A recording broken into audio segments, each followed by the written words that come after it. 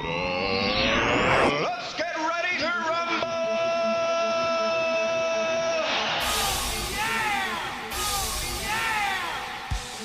Now it's time for Politically incorrect. What?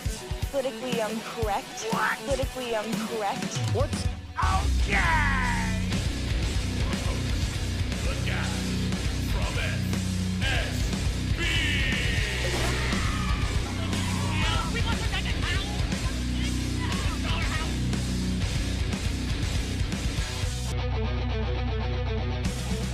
Welcome into the FSB show live from the WRFR studios here in Hampton, Virginia. Thanks so much for tuning in on our station, radiofradio.com. Myself and James Clark will be with you up until tomorrow, technically, 10 to midnight. Thanks so much for joining us. Got the monster here ready to go, ready to get through these next 2 hours. Appreciate you being aboard with us. Head over to Twitter at NoRadioRadio. Check out the Twitter page over there, the lineup we got for you here at the station. Also, head over to the Fanatical Sports Beat Twitter page at team_FSB. Head over to Facebook.com. Search up both pages there as well, Facebook.com/Radio Free Radio and /the Fanatical Sports Beat. One last thing, the most important, head over to Patreon.com. Look up Radio Free Radio. $1 a month donation gets you access to everything. Every single show here at the station, all of it. You get access to everything. You don't want to miss it. $1 a month. That's all you need to contribute. $1. That's it. And to those who have contributed, thank you so much. I made the mistake of having a little Caesars before the show, so I got some reflux. God. So my voice is going to range anywhere from Eddie Money to Steve Perry tonight. So Betting on Steve Perry. Yeah, we'll see how this goes. A lot like Steven Adams after the groin kick, which we'll get to later. But James Clark, how you doing, brother? I'm doing pretty good. Just wanted to touch real quick. Yes, this is a sports show, but we'll always touch on recent events that happened today. Glad to hear that the 4 aviators that were in a mid-air incident, essentially 2 F-18 fighter jets crashed about 27 miles off the coast of Cape Hatteras earlier this morning, and all 4 pilots ejected. They are all in high spirits, expected to make a full recovery. Unfortunately for the planes, it looks like the aftermath of Hope Solo's family reunion. So, swinging it back into did not sports. take long at all. Nope, getting it in early today. There will be more to come, I promise. Yeah, we still got plenty of time. Dude. We are not done with Arby's jokes 8 weeks by strong. any chance of the matter whatsoever. Still coming. No, I'm glad you opened that up because I was able to get my cans figured out since I have such a huge dome. So now we're comfy over here, man. But in all seriousness, not to make light of that situation, glad everyone's doing well. I was in Carolina, ironically, when you told me about it and hadn't heard a damn thing about it. Well, that's because all you get down there is static. Right, white noise. Yeah, around Bumfuckville, yeah, it's nothing but. All they care about is a black number 3, Mountain Dew, and Grizzly Wintergreen. Yeehaw! If it doesn't have anything to do with those 3 things, they're not interested. Don't forget PBR. PBR, exactly. Hey, y'all. Hold my beer. Watch this. PBR is too classy for some of those people, dude. True that. That's why it's made in Milwaukee. Anyway. All right. How about them Sharks? Can we lead with pucks 3 weeks in a row? Is Yes, this really we happening? can. This is fucking happening. Damn right, dude. All right, so shout out to the San Jose Sharks. They've existed for 25 years. That sound you heard in the SAP Center last night in San Jose is just 25 years of exhale and just bummer. Yeah. And oh my God, finally. And now they're here, man. Their first Stanley Cup in franchise history. They eliminated the Blues in 6. There goes your predictions. Yeah, mine are. I held on to St. Louis for a while, man, but it's not the first time Ken Hitchcock's let me down in the conference final. Hi-oh! So Not sure if that was a dick joke or not. No. Ironically, yeah, Tampa was still in it then too. But even though he's coaching in the West now. But Yeah, man, and it's funny because in recent years, the Sharks have gained this reputation of being a team that fails in the postseason. You know, they've had incredibly talented pieces for a while. You look at their three core guys of Joe Thornton, who's about 106 years old. Yeah.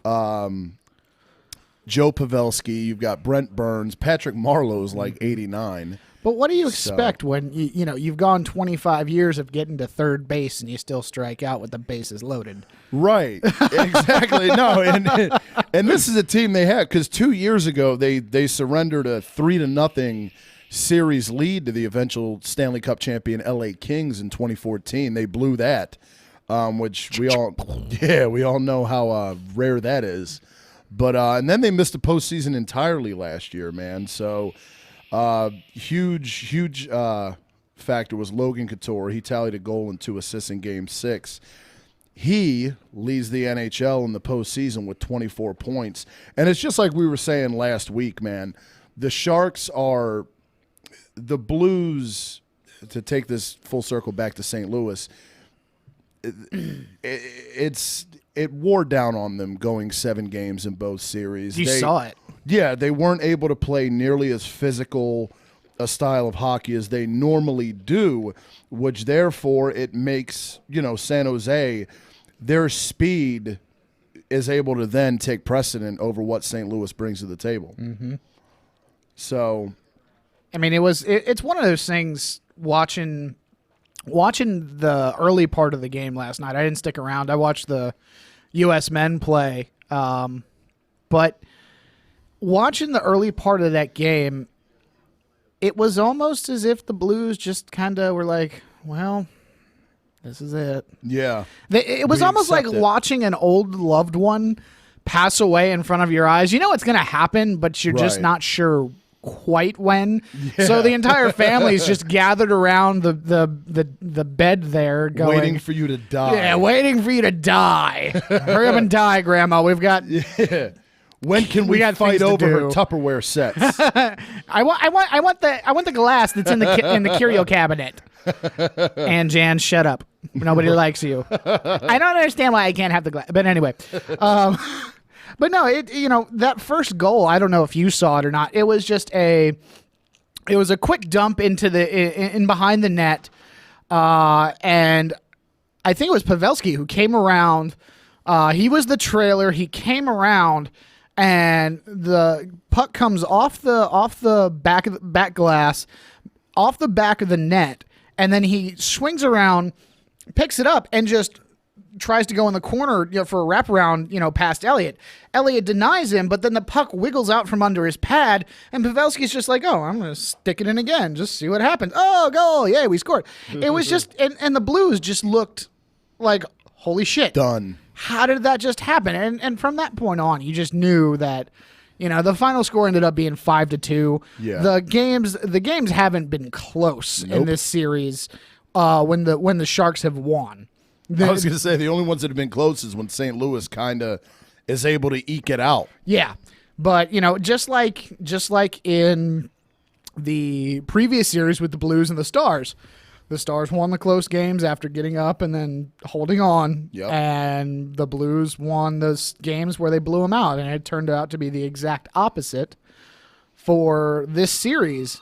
And, we've got a caller. Here we go. 757-848-5920, by the way. Taylor, if this is you, we are talking pucks. You better be talking pucks. Do not get us off track of hockey. Otherwise, if it is you can call back in the second hour. Let me have the hockey spotlight. Yeah. But no, man, and it's cool to see St. Louis though in retrospect, and in a way, damn them for making my Stanley Cup pick completely illegitimate. But I mean, you had Blues and Panthers. Come on, you really thought that was going to happen? The Panthers were a train wreck. That was a terrible pick, dude. No shit. What about? By the way, speaking of the Panthers, randomly off the cuff. The trade that they did yesterday. Did you see about that? I did not. Hold on. I will Google it. You keep talking, and I will Google the trade. All right, cool. While you do that, keep that in the queue. We've got a caller on the line. Brian, what's going on, man? Where are you calling from? I'm calling from Springfield. Springfield is Illinois or Virginia? No, that's Missouri, man. Oh, Brian, Missouri. what's going on, man? Awesome. What's going on, man? How you doing? I'm doing all right, man. Yeah, I really wanted to come in and talk about this Redskins name. The Washington Post released that poll about how they found that 9 out of 10 Native Americans did not find the name offensive. And, you know, a lot of people got in an uproar about it, but I really felt like that poll kind of wasted a lot of people's time, because just because you're not offended by something doesn't mean that that name is offensive. And, that, you know, Dan Snyder has been avoiding this subject for a long time. The real issue of it is that name is completely offensive, and they should have been changed that name to anything else. I mean, they could have made a lot of money a long time ago changing the name. Plenty of other enlightened people in communities have changed their names from Indians, Seminoles, you know, from a lot of things. I know in southeast Missouri, they used to be called the Indians, and now they call themselves the Red Hawks. And, Right. I mean, that logo is more popular than ever. Yeah. I just feel like, you know, they could then change their name, and, you know, this is really just a big waste of time. Yeah. Right. Well, see, and the thing, and I tell you what, Brian, would you be able to give us a call back to start at hour 2, man? We're going to kind of get through some hockey and some NBA, and then we're actually going to touch on this in hour 2, man. So would you mind giving us a call back about 11:15, man? We discuss this a little further. Would that be all right? Yeah, sure, man. All right. Yeah, Awesome. So Appreciate it, brother. 60 minutes, we'll hear back from you. Yeah, well, that'll All right, give us man. some more time to get into it a little deeper, too, man. So appreciate the phone call, though, man. Definitely look forward to getting into that with you All right. in the next hour. Thanks, bud.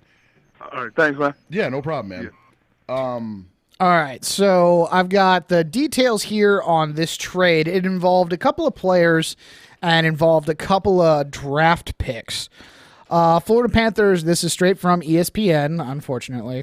Florida Panthers trade defenseman Eric Goodbranson to the Vancouver Canucks on Wednesday night for forward Jared McCann. Goodbranson has spent all 5 of his seasons with the Panthers since he's been in the NHL. 11 goals, 32 assists. McCann just turned 20 this month, so he's a young prospect that they've got coming in. Panthers also got a 2nd and a 4th round pick for this year's draft and sent a 5th rounder to the Canucks. So looking at this, Florida got, Goodbranson, I don't know too much about him. I'm going to speculate here. He played 309 games with Florida. So I'm assuming He's a solid blue line. he's solid blue line. He was number 3 in the 2010 draft. Right. So solid defenseman and a 5th round draft pick for an up and coming possible star, maybe another budding Jaromir Jagr or another I love Evgeny him. Malkin or somebody like that, Right. and a couple of extra draft picks. I think this move doesn't really make a whole lot of sense for the Canucks unless they're looking to really boost their defense and make a run at the Western Conference playoffs next year. But for Florida, this pans out awesomely, and I mean this is a hell of a trade for a team that has already proven that they're going to be among the best in the NHL for a couple of years. Yeah. And now they're just making moves to make sure that they stay that way, that they turn into a dynasty. It's, kudos to you guys down there in Florida in the GM office for, finally understanding that how to make a good team and then making sure that it turns into a great team. Kudos to you guys. Yeah, and if you could just get the fans to keep showing up, that'd be great. I mean, they're all stuck on the Although- beaches. Yeah, I know. There's stuff to do. Would you, honey, I want to go to a hockey game tonight. Can't we just go down to the bar and drink instead? The water's nice. It's a nice temperature this time of year. Why the fuck do you want to go to a hockey game? I'm not a beach guy, man. I'd take the hockey game. any Have you day. seen us? Yeah, We look like a couple of land whales if we went out there on the sand, man. There is no mistaking. We do not belong at the beach with our shirts off. I'm that dude who goes with my shirt on All day. I don't even care. I'll rock a cutoff gladly. But see, here's the thing: is you tell everybody, no, I'm just trying to make sure I don't get sunburned. But God damn it, you're trying to hide your man tits. Oh, dude, I straight up. Well, because I'm Irish and Italian, so I go out to have a cigarette, and I come back looking like Wesley Snipes. So, like, I can't use the sunburn thing as an excuse. You know what I mean? Like, so I mean, it's got to the point where I just flat out tell people, like, I can't. I'm doing this out of respect for you. This is self-conscious behavior on your behalf. You don't deserve to see me without a shirt. Trust me. Absolutely. There's too many Baconators and Yinglings sloshing around in here. Oh yeah, and, you know, it's funny because growing up, I hated taking my shirt off at the pool because I've got a scar across my stomach. Nowadays, I'm like, hey, look at my scar. It's pretty cool. But you know, I understand the beach. You know, not shirt off at the beach, not happening. So if I lived in Florida, I would be all about the hockey. I'd be all about, you know, either the Lightning or the Panthers, one of the two. They both made the playoffs. Life is good. So that trade happened. We'll see. And real quick, man, just to piggyback off that, because Florida has a hell of a core of young talent, man. You've got Aaron Ekblad, you know, Alex Barkov. You've got all these guys, Nick Bugstad, all these guys. There's a young core of talent there. And that's why Yager was so key for them, because he provided that veteran presence, that leadership that you can't get. You know, that's the intangibles that you get when you bring in a guy like Jaromir Yager. Because without him, as talented as this team is, it's still young, so they wouldn't have got to the 100-point season that they did this year. Yeah. Now, in terms, I don't know. I mean, Goodbranson, I feel bad for him because, you know, again, he's a solid D man, and he was with I don't know how legit a contender they are. So they got knocked out by the Islanders in the first round, and I was stupid enough to pick them to go all the way. But yeah, you don't get 102 points doing by nothing. accident. Exactly. No. So he's going from at least someone who's in the conversation to someone who is never going to be in the conversation for the next 10, 15 years. A tire fire in Vancouver who just needs to go back to their old uniforms because they are gorgeous. Pavel Bure, Trevor Linden. I want to give you guys at home just kind of an insight here in the studio. Corey has nothing but his phone in front of him, and the fact that he didn't even have it in his hand. He's got a cigarette and a cheesy ass grin on his face, and that was the only thing he had when he literally just rattled off half of the Florida Panthers team. This guy knows way too much about hockey. Like, this is how I am with soccer.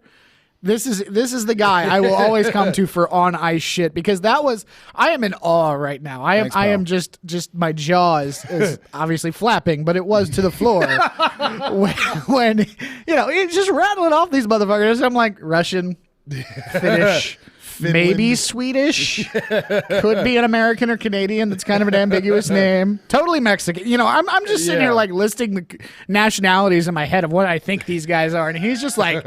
Bam, bam, bam. He knows way too much about fucking hockey. I'm just going to say that right now. Thanks, man. We should have a spelling bee one day of hockey dude names. I am down. That would be Kuznetsov, go.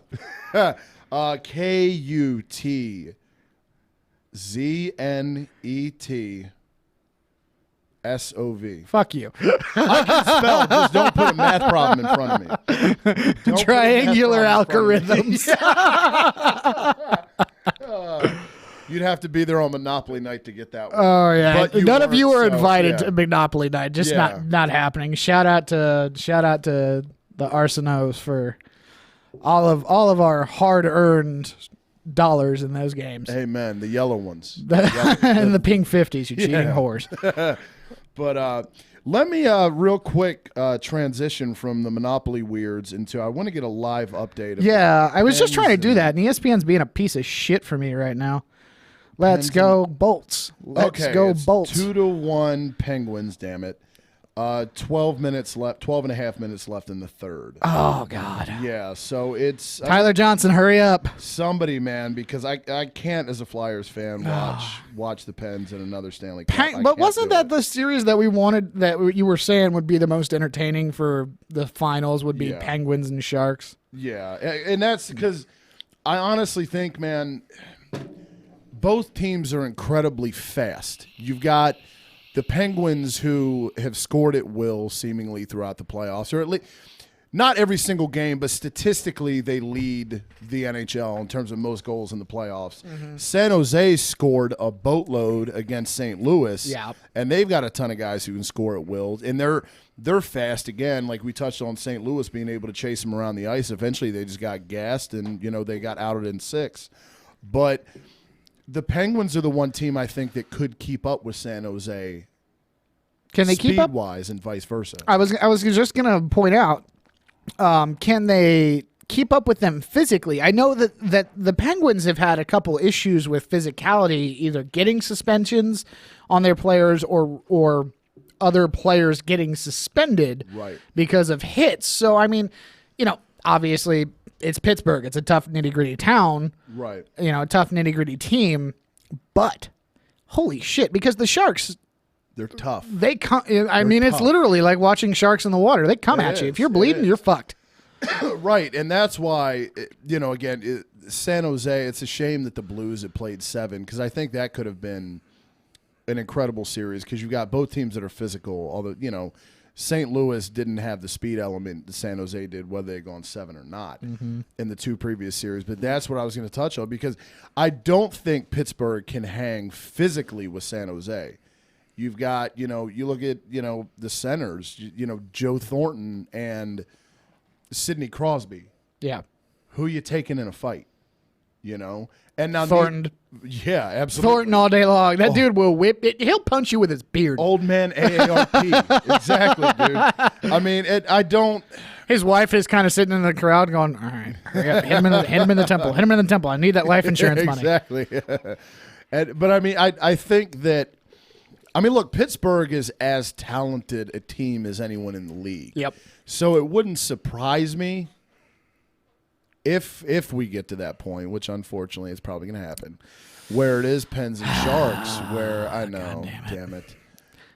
It will be a fun little water battle to see. It'll be a good series, man. I think I do, and I don't know. Early read, man.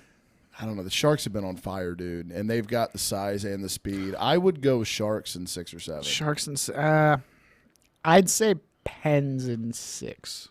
Really? Yeah, just because I think there hasn't been an enigma like the Kings, who came out of nowhere from 8th that first year they won, and San Jose was what, 7th or 8th coming into it. 6th, 7th, 8th? They were 3rd in the Pacific, so the overall seeding somewhere 6. around there. So, yeah, I'm thinking, while they will play entertaining hockey and they'll steal a couple off of them, I don't think that I just don't think that Crosby and Malkin and all those guys, I don't think they're going to get caught. Their coach is going to have them up for it. I think they'll take it in 6.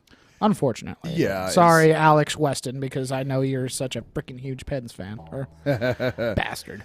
And, well, the thing that I would definitely give the advantage to the Penguins on, and, I mean, I've kind of been knocking on this guy and not really trusting him, but he's got the Sharks this far, is Martin Jones in net. Net for minder. San Jose. Yeah, so it's kind of like, okay, the inexperience with Martin Jones, and here they are in the Stanley Cup. Yeah.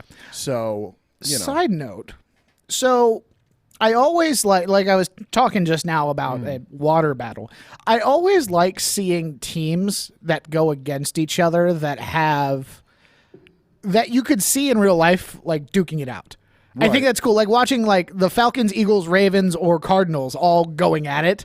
Those kind of matchups, the bird teams, or Cowboys and Redskins. That's Cowboys and Indians. It's a classic. It's beautiful. So I always love those kind of animal or humanoid matchups where you get two teams, and I think it intensifies the game a little bit. It intensifies the rivalry, especially obviously when you look at like something like Cowboys Redskins, right? Or if you look at what's a good one for hockey, like Flyers Penguins. Yeah, I mean, what the fuck is a flyer? I don't know. I mean, it's kind of like what's a hokey. Dude, when I found out they were a turkey, dude, remember when they had the helmet? They might even still have it. They do. It's gonna be making a comeback this year with the turkey head. With the feet. Oh yeah. Yeah, dude. That's a thing. Well, that just to touch on this for a second, because I'm a huge Hokie fan. The Hokie yell actually originated in 1891. It was started off as a chant. Okay. And that turned into the fight song for the school. But it is now, it has been over the years kind of transmogrified, if that's even a word. It is now. We're making it, I'm stoked that they were transmogrified. But it transmogrified into a turkey head or a turkey, a male turkey with no balls. Hey now. No balls. It's like my balls, Mr. Garrison. No, that's horrible. But no, it turned into that over the years, and it is what it is now. But I don't know what a good, I guess sharks, penguins, because they're both creatures that exist in water in some capacity. It's a good one. Panthers and oh god, I can't even. Flames. Hey now. Hey now. Coyotes, panthers and coyotes. Yeah. You could literally put those two things in a cage and they would fight. So it's fun to. I think it kind of maybe I'm just speaking out my ass at this point. I'll shut up. No, that's it. But I get it though, because this, someone who's met my mom. My mom's from downtown Baltimore. She's a diehard Ravens fan. And whenever the Eagles and the Ravens play, it's the bird battle. Right. And it's one of those things where around here, when I first moved, people started, because I call the Eagles, Philadelphia Eagles, either the Eagles, which is the cheesesteak place out in Virginia Beach, or the Birds. So many Hampton Roads references in these, I know, these right? talks. Anyone feel free to sponsor us. But no, man, that's the first thing was, what the Birds, what the hell are you talking about? My mom, the Birds. Yeah, exactly. So it's whenever the Eagles and Ravens play once every 4 years, that's kind of the trash talk back and forth. Oh yeah, revolving around that. If nothing is worse, then it's a family rivalry between two teams that are relatively geographically close to each other. Exactly. And have similar mascots. Yep. So, all right, well, now that Corey has busted his proverbial load over ice time. Yeah, I got a half hour of pucks. Man, he's stoked. Here's what I want to do. Since I got my stokedness out of the way, man, it's your turn now, and I want to make sure you get the time in that you want for it. Since we got Brian calling in 45 minutes, and there's some other stuff we got to get to in hour 2. Yep. But just to make sure you've got enough time, hit us with some soccer knowledge, man. This is all you. Oh, now? Yeah. Oh, now? We're going now? Yeah, just go ahead and do it now, man. You're skipping over all the basketball. We'll hit basketball. We'll get to basketball. We'll get to it. Because the NBA, right? Yeah, exactly. The non-defense league. Oh, sorry, NDL. Yeah, whatever. Acronyms. I'm not good at them. You went there. I did. So, big things happening over the past couple weeks in soccer. Not this past week, but last week. Yes, last week, Wednesday or Thursday. Sevilla, which is a Spanish league team, La Liga, and Liverpool, which is a team in England. They played in the UEFA Europa League final, and Sevilla ended up winning 3-1. So big props to them. They get more money, they get more television time, and they spend a buttload of money on players that don't really need to be paid that much. Then come to the weekend, this past weekend on Saturday, Manchester United played Crystal Palace for the FA Cup final. And Manchester United, I wrote a piece on this. It was titled, What's the Point of Celebrating, on the fanaticalsportsbeat.com. And it's kind of going over the point of United won the game 2-1. And they went into extra time. Jesse Lingard got the overtime winner when United was actually down a player. They were playing with 10 men after Chris Smalling got sent off in the 105th minute. And United, they held the better opportunities for, I want to say, a good portion of the match. About 3/4 of the match, they better opportunities, better ball possession. They just couldn't find a goal. And turn around in the 78th minute, Jason Punchin punched one in for the Eagles. And I'm sitting Birds. there. Oh God! I was sitting there. I was sitting there on my chair, and I'm just thinking to myself, God, I've got to suffer through this now. Then 3 minutes later, Wayne Rooney makes a dashing run through the defense, sends a cross in off of Marouane Fellaini's chest to an awaiting Juan Mata, who just struck it home beautifully. Tied it up in the 81st. Get into extra time. Jesse Lingard with the overtime winner. United wins 2-1. great. I'm happy. We finally got a trophy. And we've been trophyless for the past 3 years after winning the Premier League like 6 out of 7 years. And all is good in my world. I was, for 10 minutes, I was happy. I turn around and I'm getting updates on my phone that Louis van Gaal, who is the Dutch 63-year-old former coach of Manchester United, was set to be released from his contract on Monday, this past Monday. And he had done some interesting things in the wake of Sir Alex Ferguson, who led United for 26 years, and David Moyes, who was let go after 8 months. It's the most complete, one side or the other of the spectrum. 26 years, 8 months. These guys, complete polar opposites. And Louis van Gaal comes in, and he did some things that were great for the team. He did some things that weren't. He brought in some good players, brought in some bad. I was okay with it. I was willing to let him finish out his contract. He only had 1 more year. Turn around the reports telling me that Jose Mourinho, the special one, former manager of Chelsea and Inter Milan and Real Madrid. Yes, I'm throwing around big soccer name teams, so all you non-soccer folks. Yeah, I know. I'm just trying to keep all the non-soccer folks in it. I think that's the longest you've ever gone on air without talking. Honestly, I don't know any of this, dude. I know. This is like you in hockey. I'm just sitting here just babbling off, and you're just like, da-da-da-da-da. I'm like a Rosetta Stone student right now, dude. Repeat after me. Football. Hope Solo. Jurgen Klinsmann. Good job, Corey. I'm proud of you. Thanks, pal. So, Jose Mourinho he has signed papers. He will be the next manager for Manchester United. Now, the reason I'm so upset about this is because Jose Mourinho, he is the equivalent of, I want to say, what's a big name coach? Big name in football, big name coach, but a young middle-aged guy. Raheem Morris. No, coach. He doesn't even coach anymore. Hard nugget. Middle-aged guy. Mike Tomlin. Yeah, okay, yeah, yes. Mike Tomlin is the perfect guy for this. God, I hate that guy. It is like Mike Tomlin coaching the Steelers for 10 years, and then 5 years later, after he's been fired from the Eagles and from the Redskins, going to Baltimore. That is exactly what it is like. It is because Mike Tomlin has the exact same attributes. He's loud. He's brash. He bashes officials. He bashes players. He's a fake thug. Yeah, he does all of the things that a head coach is not supposed to do.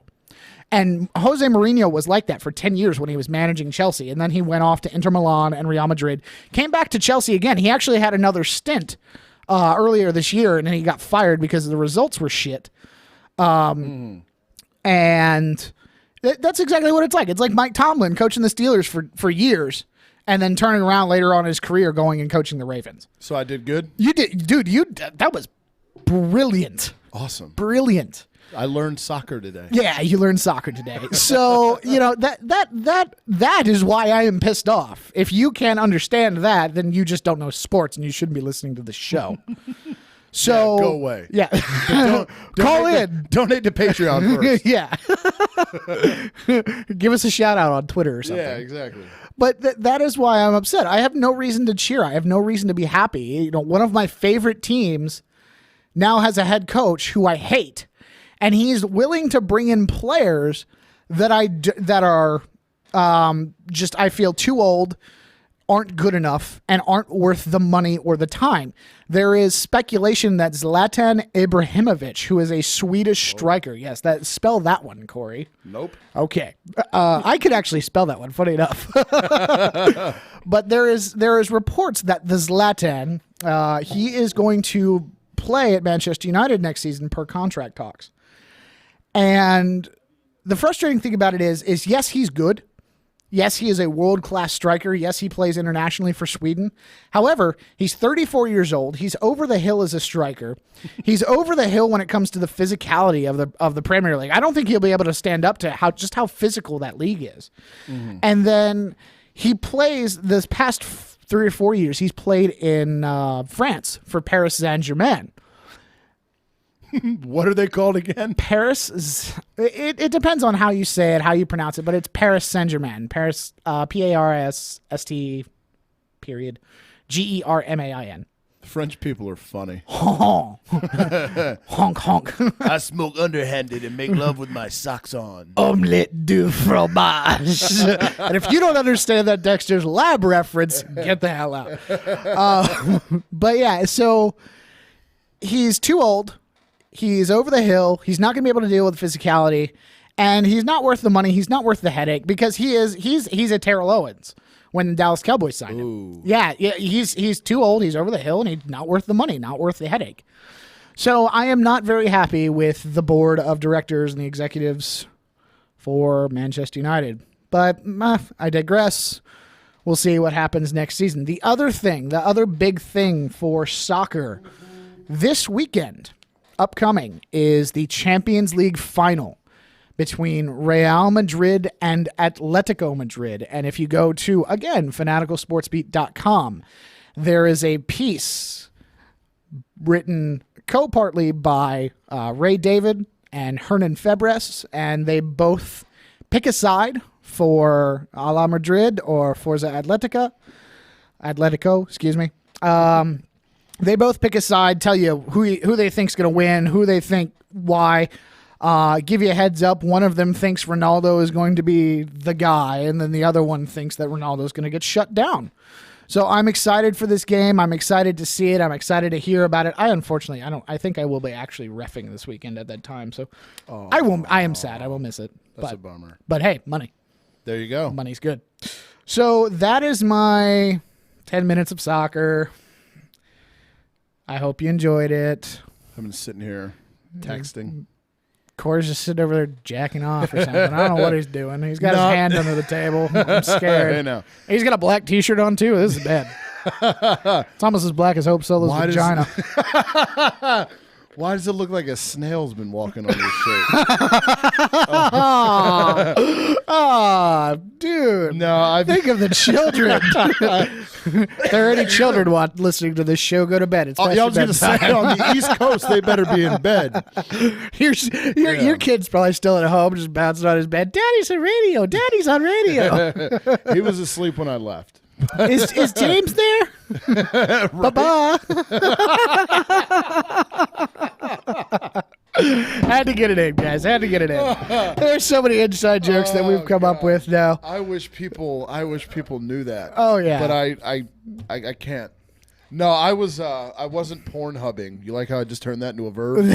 We like make up new words every week here on the FSB show. But no, I was looking at Penguins Lightning, and I just looked at it, but let me re-unlock my phone. That sounded a little homoerotic. Kind of liked it. 4:20 left, I know, in the third. Hi-yo. Pens are still up 2-1. Yep. Pull the goalie. So pull him. Do it already. Just send Stamkos out there. The hell with it. Seriously, just let him lay in front of Fleury. Yeah, sir. Let him go Duncan Keith on Sidney Crosby. I think that would do the world a favor. Oh, dude, Hell, let him go Scott Bertuzzi on his ass. Right? My fat ass would do a quadruple backflip and end up like Christopher Reeves, dude. But it would so be worth it. It would so be worth it. But I guess because this is, we've got NBA and NHL playoffs going on. I guess for the next 10, 15 minutes before the end of hour one, I guess we should talk some hoops, man. Some hoops. So some hoopskis. Where should we start with this? Because I'll be honest, all I know is just what I've heard on the radio at work. I haven't seen a single game of the NBA. What's the score right now for the Thunder and Warriors? Let me check. I saw Curry was on fire earlier. That's a good. Let me back out of the Pens. I saw it on Twitter. Somebody tweeted. Okay, at the end of the third, Golden State's up 81-77 on OKC. Okay, that's not bad. No. It's not like the other games where the Thunder have just been destroying them. Right? So, about those Warriors. Yeah, what happened, man? Because I honestly, and again, as a kind of a fringe basketball guy, 76ers. yeah, who definitely doesn't have a horse in the race. I mean, I was hoping really desperately for Cleveland Golden State healthy. Not last year with no Kyrie, no Kevin Love. Like both, put both squads full strength, roll them out there, see what they got. But OKC's beating the Spurs, and now they're up 3-1 on the Thunder. Right, and they've got two of the top Or on five the players. Warriors, Yeah, two of the top 5 players in the league, and Durant, Westbrook. So, I mean, Cleveland and OKC wouldn't be that terrible. I hate Michael Jordan, which I know is like blasphemy. It's okay. I mean, at this point in life, we've come to understand as mid-20s adults to upper 20s adults that Michael Jordan, while he was basketball for us, while he was the precursor to Kobe and LeBron, he was kind of a scumbag. He was totally a exactly. scumbag. He was a shithead, and honestly, he does not deserve the social pedestal that we have given him, except for maybe the crying meme, because that's worth it. Oh, that's so worth it. Do you mean the hero worship? Yeah, he just doesn't deserve. I mean, God, I was having this Facebook debate the other day of MJ is the best all time, and I'm going, no. Those people are terrible, No, man. I honestly don't think there is any basketball player that is the best of all time. I think there is a top 10 to 15 so of interchangeable players who, at their position or at their time of playing, made a huge impact on the game, and they dominated. I mean, we're talking Kareem Abdul-Jabbar, we're talking Magic Johnson, Larry Bird, we're talking Wilt Chamberlain, we're talking Dr. J. We are talking Jerry West. We're talking Charles Barkley to some degree. We're talking David Robinson. We're talking Alonzo Mourning. We're talking Bugsy Penny Hardaway. We're talking Karl Malone. Stockton. Who's the little guys? Isaiah Thomas. Oh, yeah, the bad boys. Muggsy Bogues. Muggsy. Muggsy. We're talking. I mean, there is a list. There is a pantheon of players. And now we're getting into Kobe, we're getting into Jordan, we're getting into David Robinson, we're getting into Tim Duncan, we're getting into the later players, Shaq and all those guys who did make a difference in our knowledgeable era. But I do not think that there is a predominant number one when Jordan doesn't even top most of the lists, I don't think. I think he's not even tops in scoring, is he? He's what, third? Oh, second? God, dude. I know. Because it's Dr. J and Kareem's top. Kareem, yeah. I think second's Karl Malone. Or yeah, Karl Malone. That's right. That's right. So where's Kobe? Kobe's like 3 or 4. Yeah, he's somewhere around there. But like that just goes to my point. I don't think. Yes, God damn it, Michael Jordan was one fucking hell of a phenomenal basketball player. Is he the best of all time? Some could argue that in some circumstances. Some could argue not. Like I said, I don't think there is a list of 1, 2, 3, 4, 5, 6, 7 all the way through 15, 20. I think there is a 1A, 1B, Tiers. 1C, 1D, 2B, or 2A, 2B, 2C. Yeah, Right. I do think there are tiers. Right. TIERS. Yeah. For those who are spelling challenged, Yeah, like not Corey and tears for myself. fears. So yeah, it kind of to that point, I just don't. Michael Jordan, great basketball player, not necessarily the best of all time. Now, to segue that back into, now we're talking about two of the best basketball players of all time. Curry will get there Steph. eventually. Right. Curry will get to that point, and LeBron now. you know, I kind of, just because I'm an oddball and because I don't care about the NBA, the non-defense league, as much as some people do, I would love to see a Toronto and OKC series just to fuck with people. See, just to piss them the fuck off. Because why? Shits and giggles. I'm the. So we touched on. Whoa, live burp. Hi-yo. Yeah. Thanks, pizza. Bat. Yeah, dude, that tasted Pizza. marinara sauce. Oh, ew, those are the worst. Yeah, the lumpy juice you get with the crazy bread. Yeah. Yeah, that was terrible. But that was literally kind of like the cheddar that goes on roast beef at Arby's. But it's all right. I think I'm done for hour one with that. We still got a whole hour ahead, dude. That's the worst 20 seconds we've had so far. No, that's where we've set the bar. We gotta keep it going lower. we gotta establish the bar and see where we're at. Anyway, Toronto, OKC. Yeah, Toronto, OKC. I'm the guy who has never been north of Allentown, Pennsylvania in my life, yet I'm oddly pro-Canadian. Yeah, I could get into reasons why I'm fond of Canada, but I'm not right now. Fondalicious? Yeah. Like, is that Jane Fonda or breast fondle? It's both. You fondled Jane Fonda? It's like stiked. Stiked, okay. But I'd be happy for the people of Toronto, man. I guess, as someone, again, who doesn't have a horse, I guess I'm just hoping for – I'm taking the lazy guy cop out of, like, hey, what would be the most entertaining? And I think it would be – and, again, I think Cleveland and OKC would be entertaining as well, because you've got, you've got LeBron, who's kind of like the Jordan of this generation, with Kobe now retiring. Yeah. Durant is kind of like the 1B. Yep. So, and they faced each other in the finals. What was it, 2013, 2012, 2013? 12. Yeah, when LeBron was with Miami. Yeah, so, I was going to touch on that. I was like, there is an underlying storyline there with Durant and Westbrook versus LeBron, which in and of itself is a thing.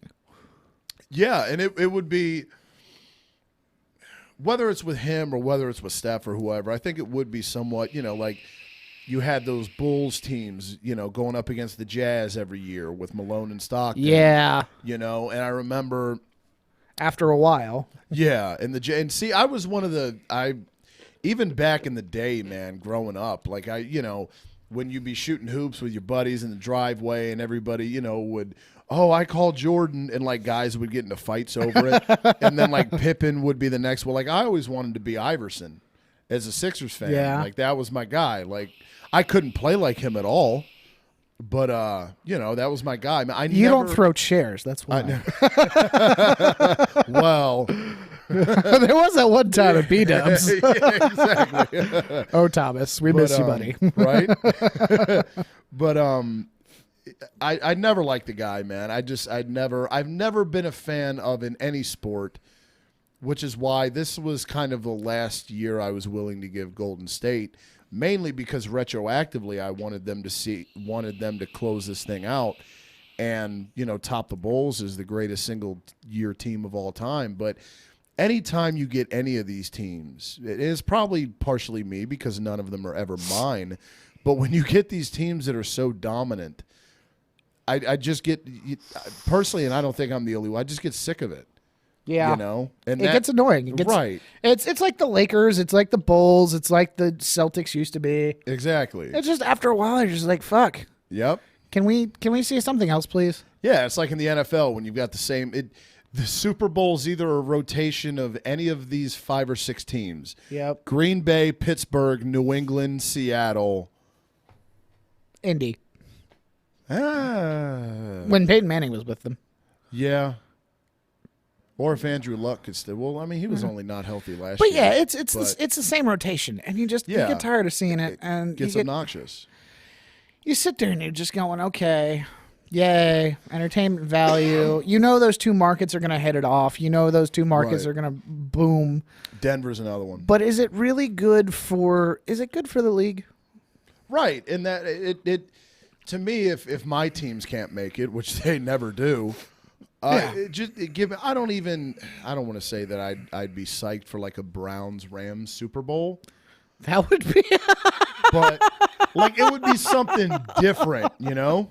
Like Titans-Bucks. Vikings and Colts. See, something like that. That man. would be Yeah. that would be an interesting matchup because we've never seen it before. Yep. We've never seen it. So, if we're going to talk at NBA, say Mavericks and Celtics. Yeah, see, I'd be all right Or with that. Mavericks and the Knicks.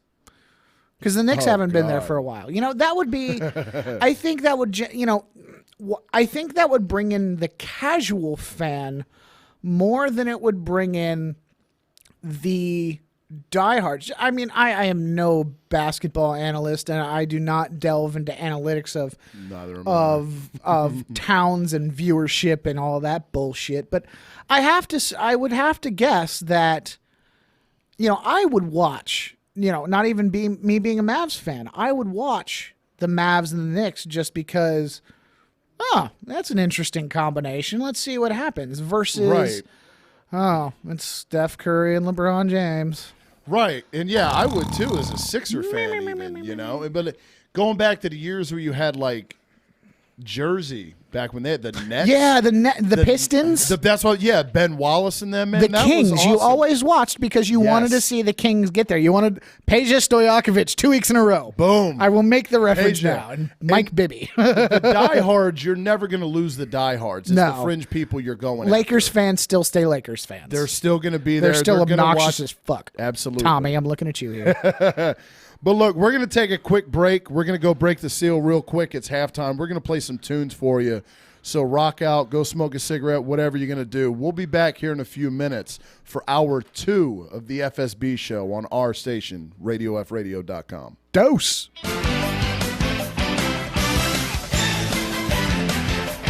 Welcome back. Hour 2 of the FSB show here on our station, radiofradio.com, live from the WRFR studios here in Hampton, Virginia.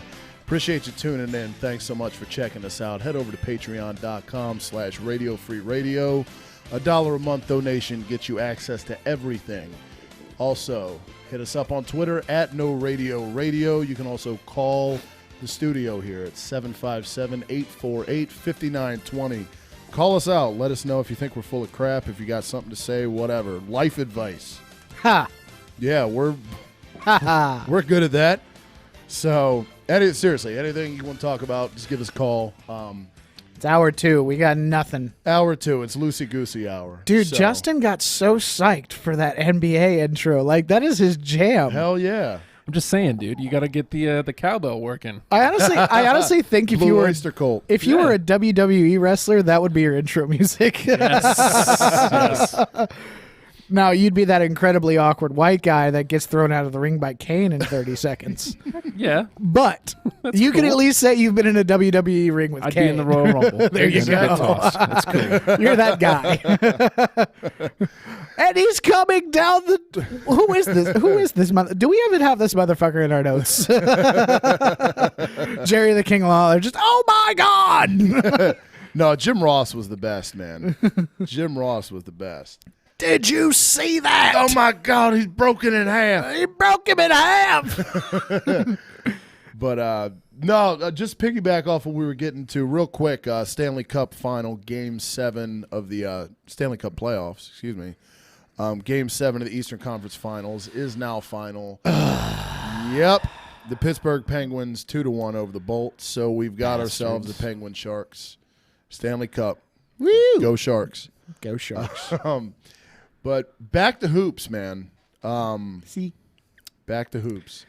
those Raptors, man. I saw a meme earlier today, and it was a picture of on the left was the Jurassic Park Raptors, and on the right is Barney.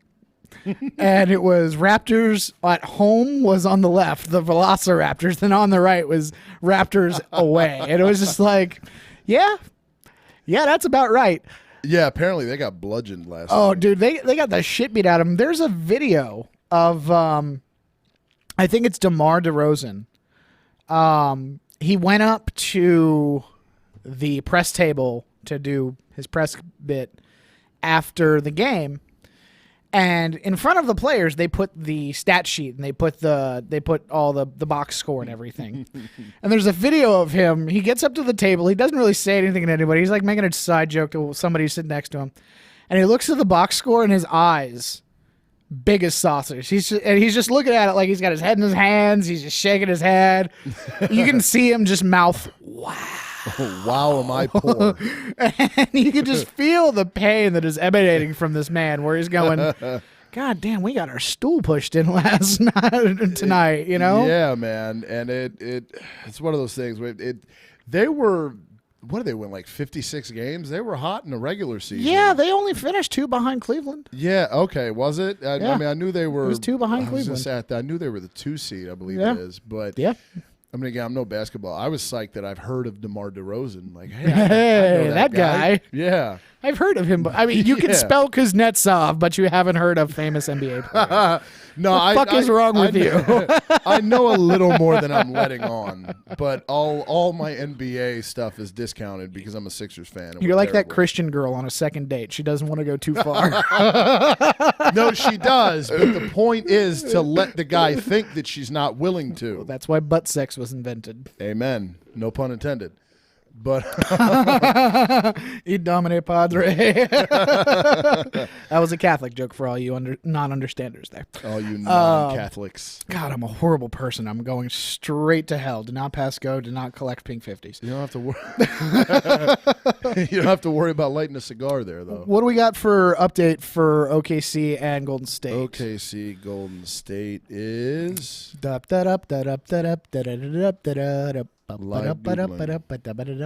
my ESPN's not working on my phone. I don't like I'm running off the Wi-Fi here at the studio and everything's working great, but I pull up my ESPN app and it's just like nothing. I Blank need to screen. Get the Wi-Fi password here. Well, Justin, when you have a free second, sir. Yeah. It's my bad please. for not asking you. I'm a total idiot. Well, that's obvious. Yeah, I know, right? Much love, bro, but But I can read though. Golden State's up 103-94 with just under 5 minutes left. all right, so there is time for an OKC comeback to close out the series, but Yeah. more than likely the Warriors are going to push this to Game 6. Yeah, and I thought that if Golden State wins tonight, man, this is a series because Of course. it's not out of the realm of possibility for Golden State to win 2 more in a row. I mean, we're talking about a team that won 70 fucking 3 games in the regular season. Right, exactly. It's not like, they're the Raptors that can't play away from home. So, yeah, it's a tiff if it's a wow, speak words, James. It is a difficult circumstance that the Warriors face themselves with, but it is not insurmountable. Obviously, Steph Curry, Klay Thompson, Draymond Green, and the characters, they have a chance. Speaking of Draymond Green, was it intentional? Did he kill Steven Adams' Kiwis on purpose? Dude, Did he do it? there's Did you see the video? Yeah, no, I saw it. That's such a. They were saying like he flailed his legs that way previously To try to get a foul? in another play. Yeah, and I get that. That's such an unnatural motion, though. Oh, it was. Your entire body momentum in weight. You're coming down, and you just Whee! yeah, like Shawn Michaels. Like, I've never seen know? Cristiano Ronaldo flop that hard. LeBron James I've seen flop that hard, but not Cristiano Ronaldo. I mean, literally, that's the thing that the NBA has become now. And I think that's something that angers NBA fans a little bit, is because you have these large physical specimens of men who you aspire to, who go hard in the paint, I know. and they're flopping around like little girls. And they're flopping around like soccer players. And it just looks ridiculous. I mean, LeBron flopped when his own teammate elbowed him in the face. What? Just what? And the thing that gets me the most when LeBron flops, Oh, God. he's by far the biggest guy on the court. Yeah, 9 times out of 10. You're a defensive end, more or less. Tight end. And right, exactly. And you're going to have, I don't know, who's a small NBA dude? Muggsy Bogues. Muggsy Bogues, Allen Iverson, Right. Yeah. You can Steph have Curry, much Yeah. smaller than LeBron James. one of those dudes come up and, kind of give you the what for, and yeah. It's like The Rock when Stone Cold would hit him with a stunner. Oh yeah. Yes, that's it, just flailing around Yeah. unnecessarily. He's just going all over the fucking place. I mean, seriously. The other thing with it is if you remember the best faller of all time in the NBA is Shaquille O'Neal because he falls in pieces. He never fell very smoothly. It was always his head, then it was his shoulders, then it was his sternum, then it was his belly button. In chapters. Yeah, it was literally like reading a 700-page novel. Yeah. Just wait for it to end, and by the time you get to the end, you're just like, did that just happen? Yeah, Kevin Hart did a piece about that before. That's kind of what I was referencing. Yeah, before he became completely all over the place. But before his fame blew up. But Justin, is that a stunner? That is a stunner. I do see a stunner over there. Justin is pulling up gifts for us. He is pulling up the Stone Cold stunning The Rock, and The Rock is flailing like a fish out of water. Speaking of Jim Ross, whenever he would hit the stunner, just the excessive jubilation from my God! Stunner! Gotta love it. Wrestling used to be. What the hell happened, man? Vince McMahon, greed. No,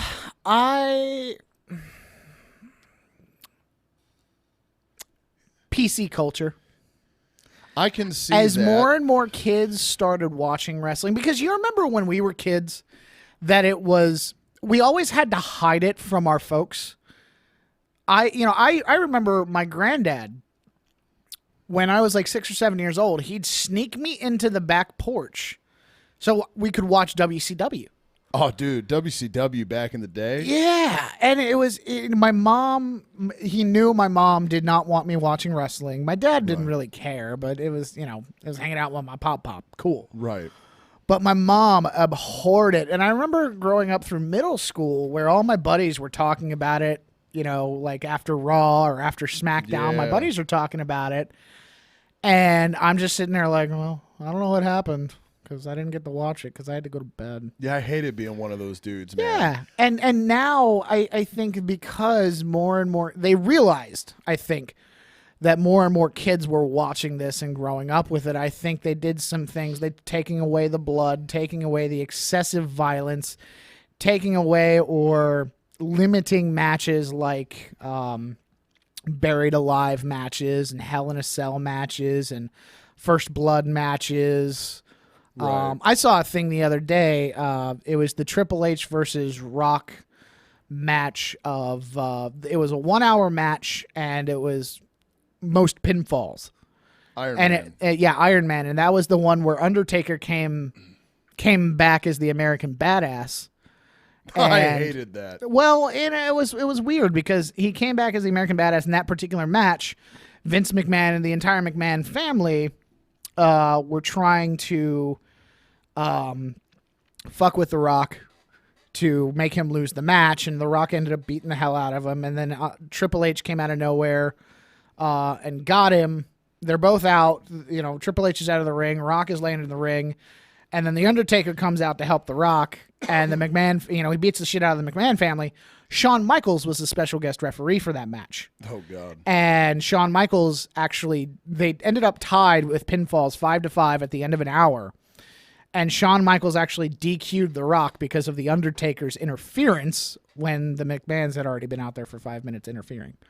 It's like, okay, wrestling, good job. Yeah, You lost exactly. today. But No, let's do wrestling. talk PC for a culture, while, I man. think, is what really took the Raw era and turned it into the meh era. Well, it was kind of when you had the Attitude Era. It was like Crash TV. It Yeah. was every week. It was more or less, and that was the Vince Russo era too, in the WWF.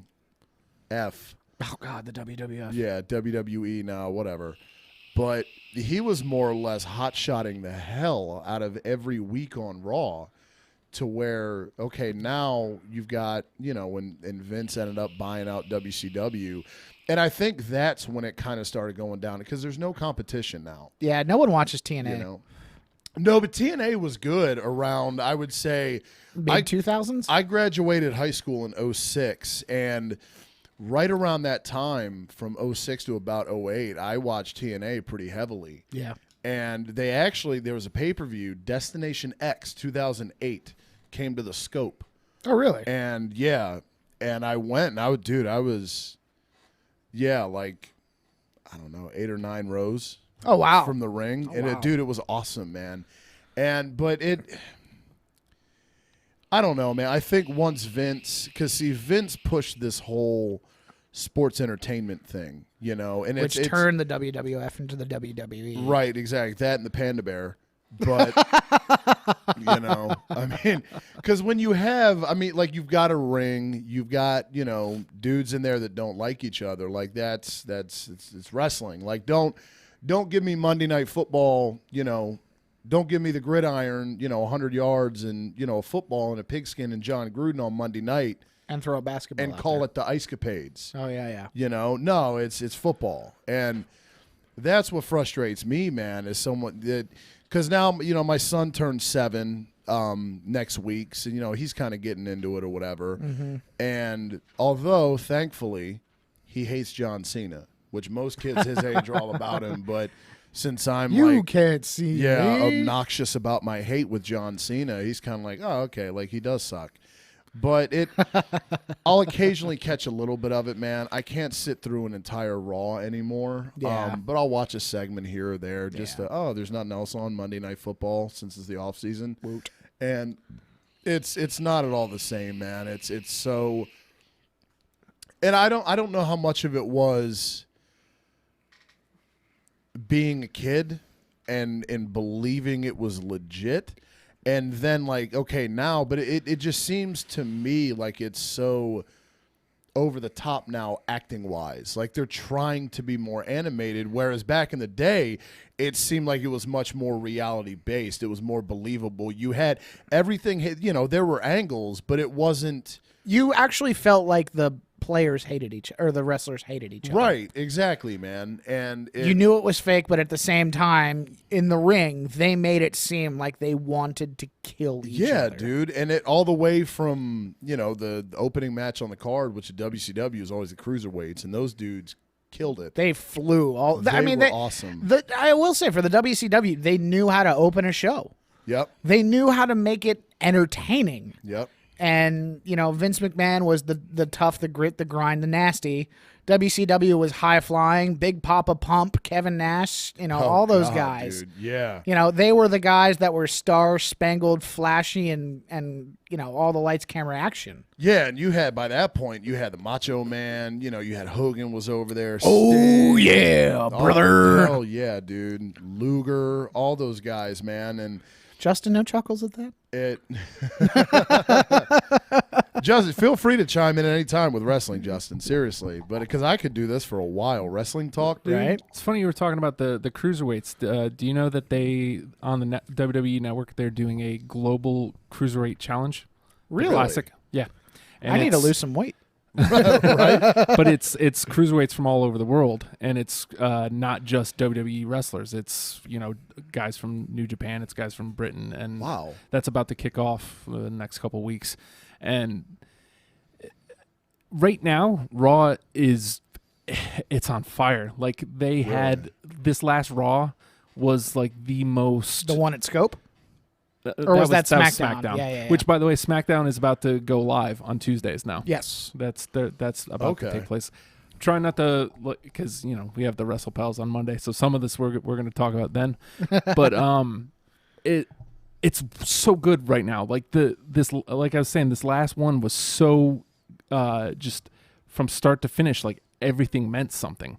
Like a match happened, and then something happened because of that. Right. And I was like, storytelling not just in the match, storytelling out of the match without it being lame. Right. And that's what's been missing.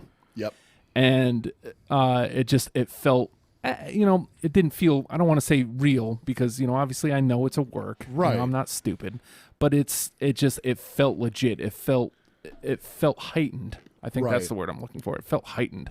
So, Right. It felt like the wrestlers were fighting for something they For were trying reasons. to achieve and win. Right. And whereas now it's I mean, since I've said it's cartoonish. And yeah, I don't want to talk too much because again, tune in to Wrestle Pals here on radio.com on Monday. What time is that, Justin, by the way? This next Monday is our last Monday at 11 o'clock. We're moving up to 10. Awesome. Starting the Monday after. Sweet. Okay, 11 o'clock and then 10 o'clock on Monday nights after that. Catch hashtag WrestlePals. So, but yeah, man, I could talk wrestling all day, but since we're a sports show, although wrestling is a sport, sports entertainment. Technically. Do we want to kind of change gears here? Do we want to go NFL or college? Let's go college first. College man. first? Okay. Let's go college first. So Art Briles, for those who aren't aware, with the Baylor rape scandal, sexual assault scandal, I believe it involved 9 players. 9. Over the course of this, dating back to 2009, Art Briles was hired as head coach in 2008. Some incidents were reported by these, young ladies or whatever. Was it the AD or I know Art Briles was one of them. Do you know? But people who should have done something about it. The president. Okay. The president has been let go. He was actually released Tuesday, and then Art Briles was today. Right, and so either way, people who should have been able to do something. Oh yeah, who could have done something. People who have influence and power. Right, had they not been concerned about wins, and Baylor has and money.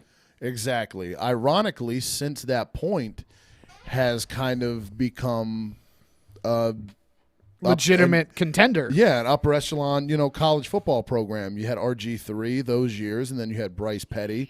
I think it was last year, not this past year, but the year prior. They were the one that was kind of on the bubble the first year of the Final Four in the college football playoff. Right, they were the one that was left out.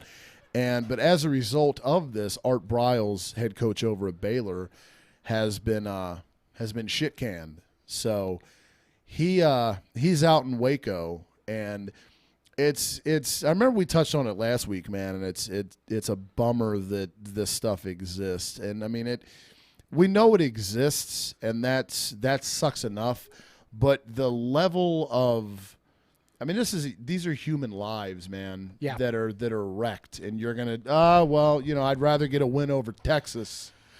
You know?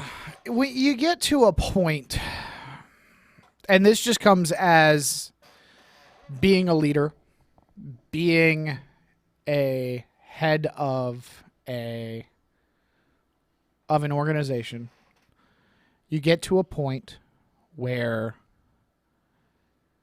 you start missing little things. Mm-hmm. Or you start ignoring little things. And one thing, we let it slide. You see it with NCAA violations all the time, all the self-reported bullshit. And then, it's the same kind of deal that got Jim Tressel fired. It's the same kind of deal that got Joe Pa shit-canned before he died. That should have been about 5 years prior. 25 years prior. 10, yeah, easily. Easily. I mean, one little thing goes under the radar. Yep. And you're like, okay, well, one thing. Second thing comes around. You have a choice. Do you ignore it, sweep it under the rug, and hope to God it doesn't happen again? Hope to God it's not investigated. Or do you address it, make it a thing, and undo the positive things that you've been doing for a program? Right. And unfortunately, whether it's a money issue, whether it's money being pushed your way, whether it's your job that's on the line, your financial status, I'd like to say that if it happened to me, that at that point I would take the higher road and say, okay, fine, fire me, but I'm exposing this. Yeah. I'd like to say that I would take the higher road as a head coach, because that's what I want to do for a living. I want to coach soccer for a living. Right. I would like to say if there was a scandal under me like that, I would be able to take the high road and say it's not worth people's lives that we're dealing with. Now, and it's not until you are in that situation that you truly and authentically know what exactly you would do and what your will, testament, and character ultimately says about you. Right. My question after all this, my curiosity after all this is what happens to Kendall Briles, who is the son of Art Briles and the Baylor offensive coordinator. He's, I think 31. Yeah. Relatively young. He's only a few years older than you and I. Right. And he is in charge of one of the highest scoring offenses in the country. And what happens to this guy? Is it a case where, he gets let go? Does he get let go from the university? Does this involve him in any way? If he decides to, if he either gets shit canned or he decides to leave of his own volition, does this hurt his job prospects down the road because of what his father let go? Right. And see, you can't, because it's one of those things where in college you've got Art Briles, who's the head coach, and again, Kendall Briles, who's the OC. You've got to believe that he was being groomed to be the heir apparent there as head coach. You can't, after this happens, make the son of Art Briles head coach. You can't do it. So, I mean, I would think ultimately, I don't know. Would he leave under his own accord? I mean, maybe. But see, here's what, in all of this, if you're faced with this, and again, you don't really know until you're in those shoes necessarily. Not until you're in the weeds. Yeah, exactly. Throwing out cliches. But here's why I think you have to report it. A, ethically and morally, it's the right thing to do. Right. B, if you report it and you get fired from the program or whatever for whatever reason, all this stuff's going to come out, as it eventually always does. Yeah. So it's like any head coach. If you are good, which Art Briles had success, obviously, at Baylor on the field, had Art Briles reported this, he would have been able to get another job. Well, and see, maybe. Because somebody would have picked him up. Somebody would have picked him up, but he wouldn't have gotten picked up by a higher level program like that. Because if you look at the Virginia Techs, the USCs, the Auburns, the Alabamas, the Penn State. No, not Penn State. The Ohio States, the Michigans of the world. Right. If you look at the Clemsons, the Florida States, you're looking at programs that make buku money. Yep. And if a head coach at a perennial top 5, top 10 program gets shit canned because he is willing to out the guys that he recruited.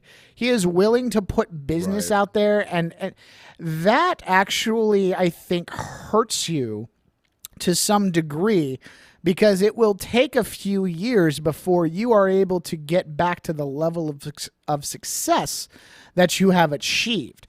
Say he got fired, or say he reported it after the first couple incidents, then got fired because of those reasons. Right. Because Baylor didn't trust him not to out his players again. Yeah, hey, you told us about rape. We don't like that. Yeah, because obviously the executives were sweeping it under the rug as well. So you know they're down and dirty. So you know they do some dirty shit back because their program's going asunder. Yep. He would probably end up somewhere like Washington State. Bowling Green. Yeah, he would end up at a program. Yes, he'd end up in a Power 5 program, but it would be a low-level Power 5 program or a middling to high-level non-Power 5 program where he could install his offense. He'd give him a couple of good years, some good double-digit win seasons, a couple of bowl berths, and then eventually somebody would pick him up. But once you reach the mountaintop and once you reach almost the mountaintop and you are so close to getting to the peak, you don't want to give that up. All you can do, if you're climbing Mount Everest and you're looking up and you're almost there, are you going to look back down?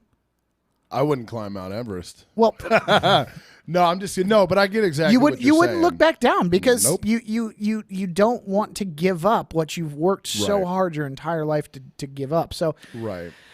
I don't know. I think it's such a convoluted scenario. And then to have just all these players, all these young ladies, the entire staff of the university involved, to have your son involved, you know, turning this into a family matter, a business matter. It's a mess. It's almost Penn State like. It's almost that level. It's not. I mean, it's not quite molesting 10-year-old boys, but it's right. It's damn near close. Yeah, and I mean, rapes is serious. You know, those are the two of just about as serious as it gets. Yeah, besides murdering somebody. Yeah, and I mean, to throw another one in from my personal pet peeve box, my biggest one in life is animal cruelty. But what bothers me, man, is you're a Michael Vick fan, aren't you? It's dude, when we signed him in you 2010, threw something. I was pissed, dude. That's where that chair throwing came in. Yes, there it goes. We found out how Corey broke a chair. Thank God amongst the many jobs I've held and lost for various reasons, since I began my first job in high school. Chair throwing is not one of those. One of them, no, but one of them was I worked construction for about 2 years, and among the various valuable traits I learned was drywall. So I could now go and fix a lot of the holes that I had left over the years in my mom's in the walls in my mom's house. Shout out, Mom. Yeah, shout out, Mom. My bad, but I fixed them. I love you. Yeah, and there was one. It was 2000. It was 2002 NFC Championship game against Tampa. And there was a stretch where we had gone to 4 NFC title games in a row, the Birds. Yeah. And the Tampa one was the one that hurt the worst, man. And for the fourth one, we ended up finally getting over the hump against, ironically, Michael Vick and Falcons. But that loss hurt so much, man. And I was watching it downstairs, which was like this garage that had been converted into a room. And, you know, there was like a door in there that you go in, and there's like the laundry room or whatever. And I was watching the game with my boy Ryan, and I remember we were sitting there and we lost, and I got up super calm. 2002, I was like 13. So this is pre like Yingling and Jameson to excess on Sunday. This Corey. is just angry Irish genes. This is, yeah, exactly. Just Philly, Irish, angry, Northeast, just God damn it. Fuck. And yeah, so we lost. I got up off the couch and I cocked back and I just punched a hole right through this door, clean through the door. Jeez. And continued walking up the steps into the kitchen like nothing had happened. And I remember the next day, like it, God got scolded by my mom, who doesn't really play a lot. You know, there's that myth with, white parents that they're kind of pushovers. Not mine. And so I got dealt with, and the next day she had acquired like a poster and just hung it over. And she was like, one of these days you're going to fix this shit. And so anyway, long story short, I did. Long story short, after I made the story incredibly long. So I guess that's a perfect transition. Can I talk Eagles now?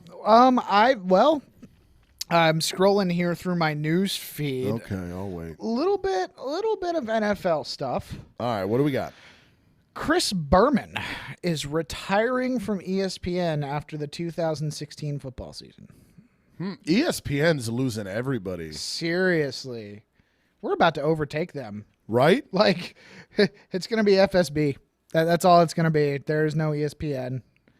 Well, we already got a Mel Kiper. Yeah, we do. But yeah, Chris Berman retiring. So that's huge. The Swami is gone. I like him, man. And people apparently back. Apparently he's an asshole off camera. Well, I mean, when you look like that, I would be too. Yeah, and I mean he's old. He's been doing this for years. Technology's happened. So he's direct deposit. So you're telling me he made the Aaron Andrews video? He might have, dude. He might have. I mean, he's just like he can't get it ungrainy. This old grumpy. Like it, I'll give Berman I like him, man. They're losing everybody. Chris Carter, Ray Lewis, Tirico on Monday Night Football, which I can't remember for the life. Was it you and I was talking? I couldn't remember. I think it was. I've heard the replacement for Tirico, but I can't remember the name to save my life. So I don't even know why the hell I brought it up without an answer. We'll remember. We'll remember later after the show is over, and we'll run back in here. Justin, we got to give you the name. Yeah. Write this down for next week. But yeah, man. All right, so that's all you got, NFL? Yeah. So I saw that scrolling through my newsfeed. I was right, like, oh. let me light this cigarette All right. before I Talk some birds. Oh God, here we go. Birds and boys. I might run a little long with this, so if you get tired. Okay, so I guess I can go back through scrolling through my phone. Yeah. Just like you were during soccer. Yep. But you know football, though, so you can contribute. I don't know nothing but making fun of the French, and I threw in Mike Tomlin, so hey. I can sleep, I can sleep well tonight. There you go. That was a good reference. Oh, so, Mike Tomlin. All right, here's the deal, man. We got Sam Bradford threw the tantrum. Okay, came back, had his mea culpa. I'm here to be the quarterback of this team until further notice. Yay, baggy sleeves. Douche. Which I was never a fan of that move to begin with. Thanks, Chip. And I would actually argue if that's the move that cost Chip Kelly his job in Philly, the main one. But I'll save that for another day. I was a Nick Foles guy.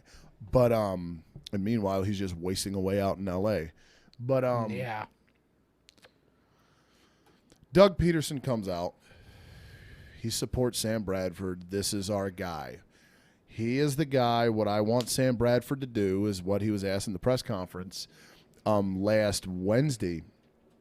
And he was asked, hey, so what do you want Sam Bradford to do now that you got him back in the building? Doug Peterson, new head coach of the Eagles, response was, I want Sam to prepare as a starting quarterback. He is my starting quarterback. He needs to get ready for week 1 against Cleveland and not look over his shoulder. So he's the guy, according to Howie Roseman. The guy. God, Howie Roseman. And head coach Doug Peterson. Baggy sleeves is the guy. Yay. Let me start stocking up the Jameson now. Seriously. But new coordinators, obviously, because you've got a new head coach, so they bring in their own staff. Let me get to new defensive coordinator of the Eagles, Jim Schwartz. Okay. This is a direct quote. Uh-huh. Where was it? I had it pulled up. God, I should have been better prepared. Okay, here it is. We need a Google guy. Right? Direct quote from Jim Schwartz, oh, hell, new here Eagles we go. Defensive coordinator. I love this hire. Here we go. Oh, hell. Don't predetermine the result of the race. Let him go play. Don't put extra pressure on him. I can't speak for Carson Wentz, second overall pick, quarterback of the future. We have enough worries on defense right now. I think we drafted Stafford. We just let him play. Was he our best quarterback? Was he ready? Unfortunately, blah, blah. Okay, this is a long story short, hey, don't pencil in Bradford just yet, more or less. Don't predetermine the result of this race. Again, quote, unquote.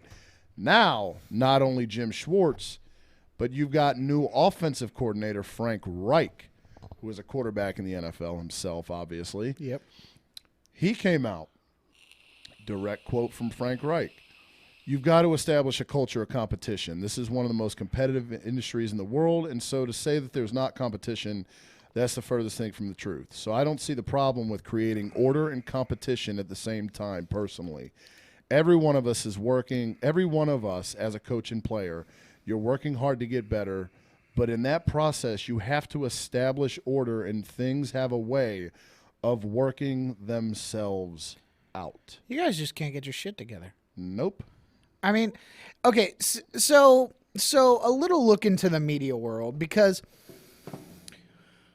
I did sports journalism for my college, and a couple of years after college. And these are all individual quotes. They were all taken at different times during the offseason, sometime during or after the draft, by 3 different guys. And what I take away from this is the PR department isn't doing their fucking job. So you have your head coach saying, you have your head coach wanting to establish a line, a rule, a general pecking order. Right. Then you have his new defensive and offensive coordinators who are supposed to be working for him, under him, and as mentors towards their respective units, undermining him. Yep. At that point, I look at the PR department and I go, how'd you fuck this up? Because the PR guys are supposed to go, okay, the head coach said this, let's keep it this. Now, yes, guys can go off script. Yes, guys can go off kilter and say their own things. And yes, it might have been a part of, that's the other thing about quotes is they come from, when they're taken out of context, as those probably are, it evolves into something different because, reporters and journalists, right, they steal little tidbits, little quotes, and they pull them out of context just to provide their own spin on a story. Real quickly, though, the Frank Reich one was actually, I heard it was on 94 WIP in Philly. Yeah. They had him on, I can't remember what show it was up there, but they had him on as a guest. Then they were asking him about it, and that's what he, what he came out and said. And to me, what it tells me is, first of all, just as you said, this is a new head coach who, to me, has a bit of a deer in the headlights aura about him anyway to this point. Yeah. I was not a fan of the hire when it happened. Mm-hmm. I've calmed down a little bit since it's settled. And we'll see, again, come week 1 at Cleveland, we'll see, if you don't win that game, yeah, I'm not coming over for at least 2 weeks. I know you'll still be hungover. Yep, I'll be in the tank, dude.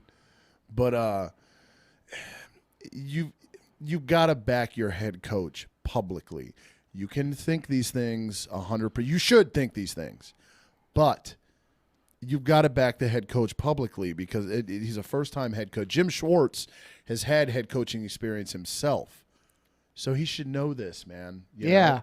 And that's one of the most frustrating things is you've got to publicly you've got to be in lockstep, because if you're not, now it's looking like we're becoming the new NFC East version of the Redskins, in the mess that they were for years. Yeah. And now it's like, what, is this dynamic really shifting to us? Like we were – for years, the Eagles in the NFC East, solid, at least, were the front Andy Reid, and we were NFC championships, NFC East titles. Exactly. We're the winningest team in the NFC through the 2000 to 2010.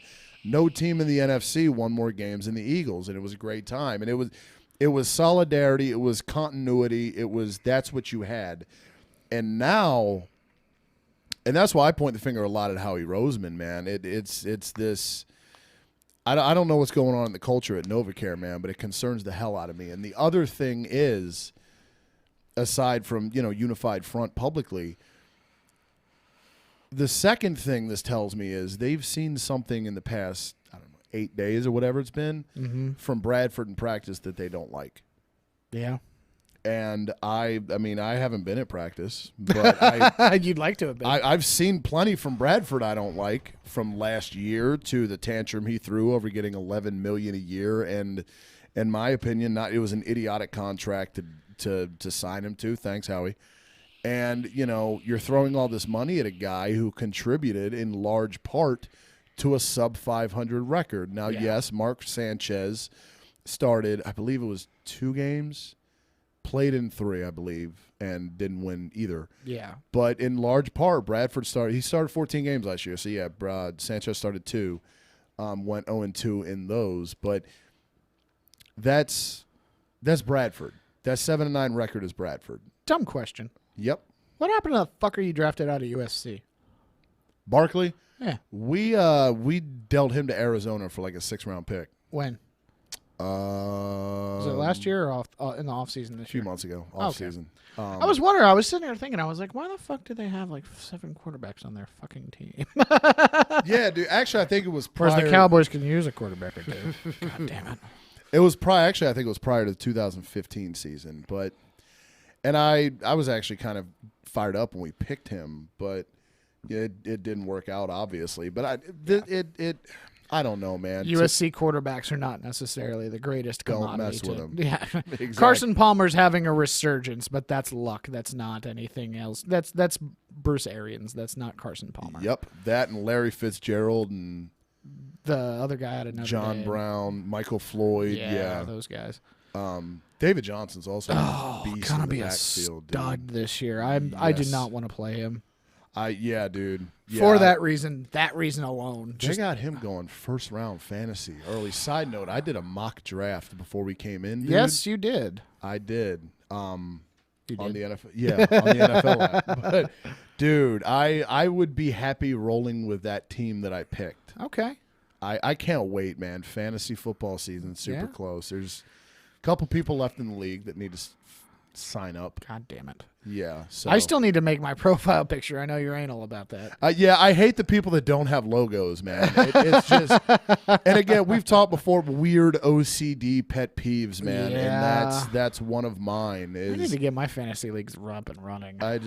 shoot me the invite, bro. Will do. I'll probably do that this weekend or something. I'll be sitting on my phone and dicking around and Yeah, renew my leagues. But yeah, it's one of those things for me as a Cowboys fan. I'm sitting there and I'm watching all this go on. And I get more insight out of the NFC East than any other division just because I have friends. One of my best friends, Chris, he's a Giants fan. I have a bunch of friends who are Redskins fans, so I get all their updates because they all post it on Facebook like it's the damn gospel. And then I've got you and a couple select people who are Eagles fans. And I'm looking at all this, and the more and more that, draft day, if you guys remember, draft day was so stressful for us because we had the mock draft here on the show the week prior, and then we sat out for the draft. It's one of those things that since draft day, the longer it's gone on, the more and more I'm just feeling it this year. I'm not gonna Super Bowl title, go Cowboys. Woo. No, I'm not gonna do that. I'm shout out to Thomas, but I'm not Thomas. I am cautiously optimistic about our chances. We have a tough schedule. I do see 11-5. I do see the NFC East title. Unless the Giants, for some ungodly reason, decide that they remember how to play football. I can see the Giants being dangerous. I can see that's my problem right now. I'm not scared of the Redskins. No. For all of the roster moves that they've made, for all of the draft picks that they signed, for all of the, Kirk Cousins hype, I am not scared of the Redskins. Nope. I am not scared of Jordan Reed.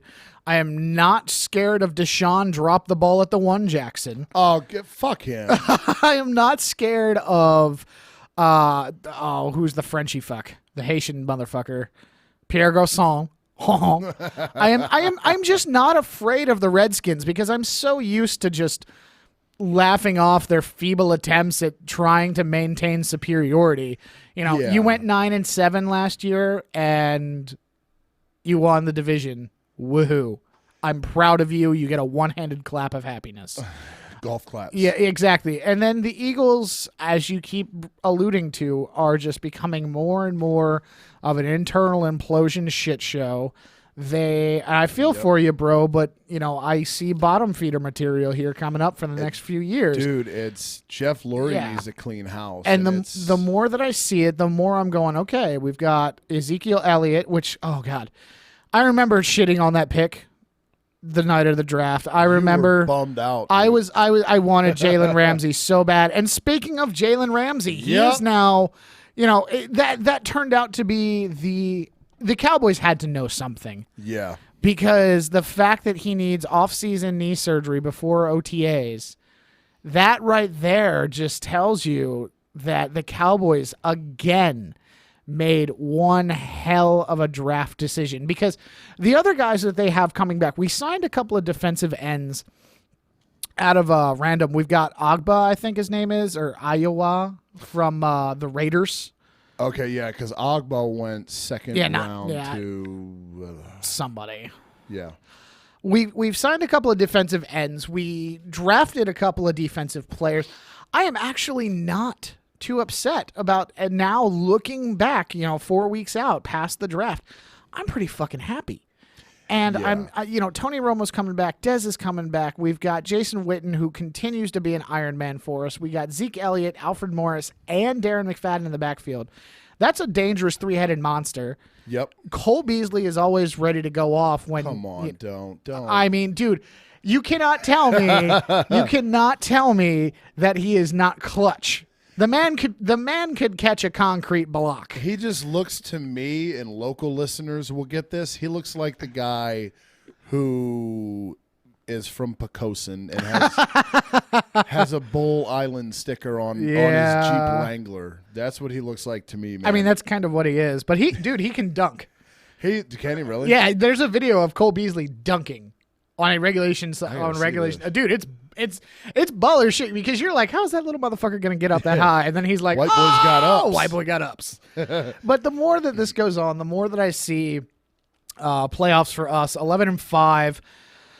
I will surmise NFC Championship. I'm not gonna say that we're gonna win it, but I think we'll get there. And I think my friends that know me, that we've talked football for a good long while, they know that I think that this is Jason Garrett's last year if he does not get to at least the NFC Championship.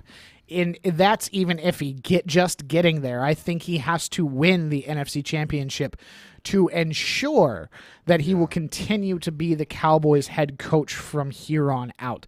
So I will be behind my team on Sundays and Mondays and Thursdays and whatever other fucking day they play, because you can't get it right anymore in NFL. Whenever Goodell wants him to. Fucking bastard. But, whenever they play, I will be sporting my Cowboys hoodie that is 2 sizes too small, and hoping to God that we don't have another repeat of last year. Yeah, and I bleed green, win or lose, till I die, but I don't know, man. I think it looks like Kermit the Frog spilled some tea over here. I think we're and see the one save that you guys offensively worry me. Defensively, Marinelli is a hell of a DC for you guys. I will say that. Oh yeah. The one thing is if you guys can go without a Super Bowl for the next 2-3 years, because I think that's all Romo's got left. Oh, same here. Romo was on record saying he's got 4 to 5 years left past his contract, and I'm going, no, you old bastard. I think if you guys are going to get one, it's got to be within the next few years while you still have him, and that's. I think within that window is on the flip side is I think we're about 3 years out from being back to where you relevant. Were. Yeah, I mean it's a lot. The Chip Kelly. There's after Andy Reid left, and that was. I mean, I almost cried when we fired him. Man. Oh yeah, man. He's the guy. He signified so much to that team, to that franchise, to that city, to everything. And, once he left, I mean, once he got fired, it's been turmoil ever since. So I got my Eagles talk in. We talked pucks. You talked soccer. Brian, we'll get to you next week, buddy, with the Redskins debate. Yes, we will schedule that for sometime next week and talk about the racist Redskins. But in the meantime, let's go ahead and shut it out right, fellas. It is at that time. Last call. James. It is that time. So I'm looking across the bar, and I'm seeing some prospects and down in the last of my Yingling. I know. So a couple of stories over the past week that got attention, but I do not feel that they got enough attention. The Indy 500 is this weekend. And James Hinchcliffe got the pole. Now, James Hinchcliffe last year in the Indy 500 wrecked and almost died. He had severe lacerations from flying debris to his leg, almost bled out, and then comes back the next year and wins the pole. And to me, that's just such a big thing. That's one of the most incredible sports feats that I can think of nearly dying and then coming back to succeed at the track that you almost died on, and almost, you come back at the peak of your career to do that.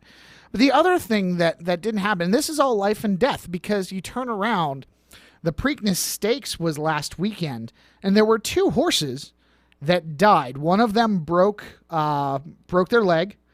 I'm trying to see which one. One was Promedia, was a 4-year-old. I believe that was the one that had to be euthanized. And then the other one is Homeboy Chris. It was a 9-year-old that died after a broken leg. And the rich and famous went on. And the stories of life and death didn't really matter. And it all happened within a weekend. And unfortunately, there was just not enough coverage.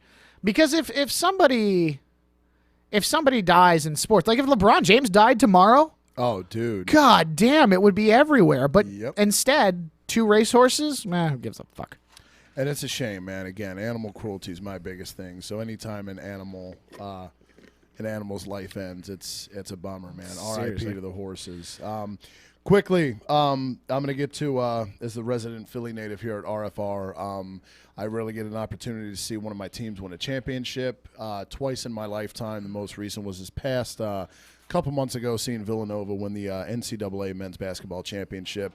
Shout out to Josh Hart and Chris Jenkins, the one that made the shot to give us the win, as they are returning to Villanova next year. So cheers to Jay Wright and the crew up there in Villanova. Yeah, man. Hopefully we'll make a run at a repeat. So right. And we will make another run at you guys next week here on RadioFreeRadio.com from 10 to midnight. Check us out. In the meantime, we will see you next week. For James Clark, this is Corey O'Neill. We'll see you next week at 10 on our station, RadioFRadio.com. Deuces.